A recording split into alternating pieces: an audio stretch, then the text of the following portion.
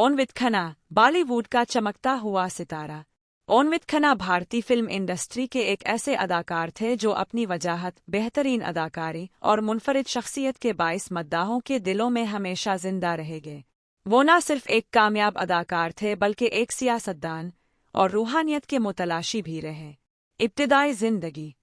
ओनवित खन्ना 6 अक्टूबर 1946 को पेशावर, बरतानवी हिंदुस्तान, मौजूदा पाकिस्तान में पैदा हुए।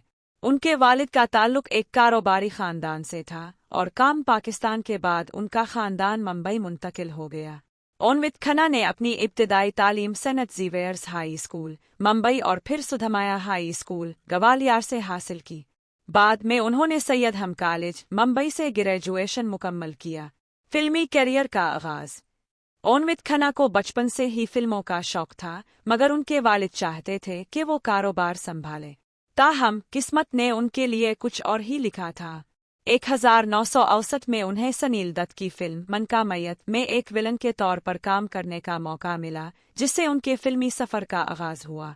इब्तिदाई दिनों में उन्होंने ज़्यादातर विलन और मुआविन किरदार अदा किए, लेकिन उनकी शख्सियत, वजाहत और बेहतरीन अदाकारी ने उन्हें जल्द ही सफ़ अव्वल के हीरो में शामिल कर दिया।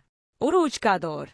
1970 की दहाई में ओनवित खन्ना ने कई कामयाब फिल्मों में काम किया, जिनमें मेरे अपने 1971, राख है 1971, हीर रांझा 1970, परवरिश 1977, अमर अकबर अंथोनी 1977 और कुर्बानी 1980 शामिल हैं।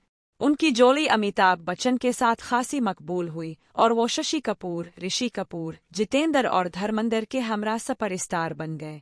लेकिन 1980 में उनके कैरियर में एक ऐसा मोड़ आया जिसने सबको हैरान कर दिया। रूहानियत की तलाश और फिल्मी दुनिया से किनारा कशी। ओनवित खन्ना की जिंदगी का सबसे हैरत अंगेज पहलू ओशो, भगवान राजनेश की रूहानी तालीमात की तरफ उनका रुझान था। 1982 में वो फिल्मी दुनिया छोड़कर अमेरिका चले गए और वहाँ ओशो के आश्रम में सुकूनत इख्तियार कर ली। ये फैसला न सिर्फ उनके मद्दाहों बल्कि फिल्मी दुनिया के लिए भी चौंका देने वाला था।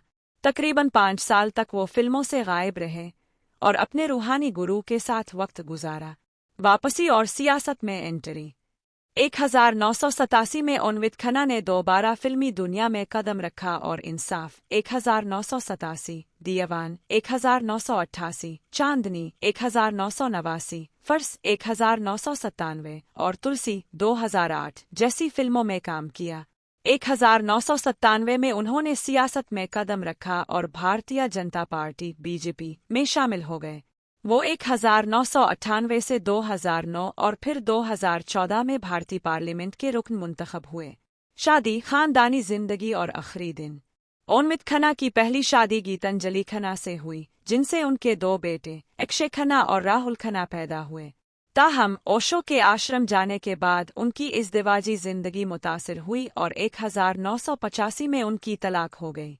बाद में उन्होंने कविता खन्ना से दूसरी शादी की, जिनसे उनके मजीद 2 बच्चे हुए। 2017 में उन्हें कैंसर का मर्ज लाहिक हुआ और 27 अप्रैल 2017 को मुंबई में वो इस दुनिया से रुखसत हो गए। विरसा और यादगार। ओनवित खन्ना ने न सिर्फ फिल्मी दुनिया में अपना मकाम बनाया बल्कि सियासत में भी नुमाया खिदमात अंजाम दी। वो हमेशा एक स्टाइलिश, बावकार और जानदार अदाकार के तौर पर याद रखे जाएंगे। बॉलीवुड के इस अजीम अदाकार को हम कभी फरामोश नहीं कर सकते। मशहूर फिल्में।